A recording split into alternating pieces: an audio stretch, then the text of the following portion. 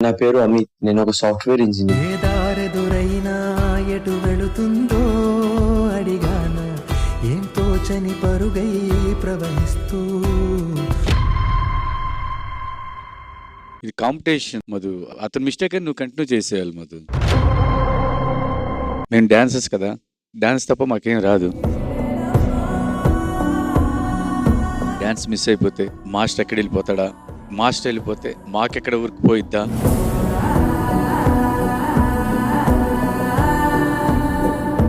అని ఫైనల్లో డాన్స్ అందరూ అరిస్తే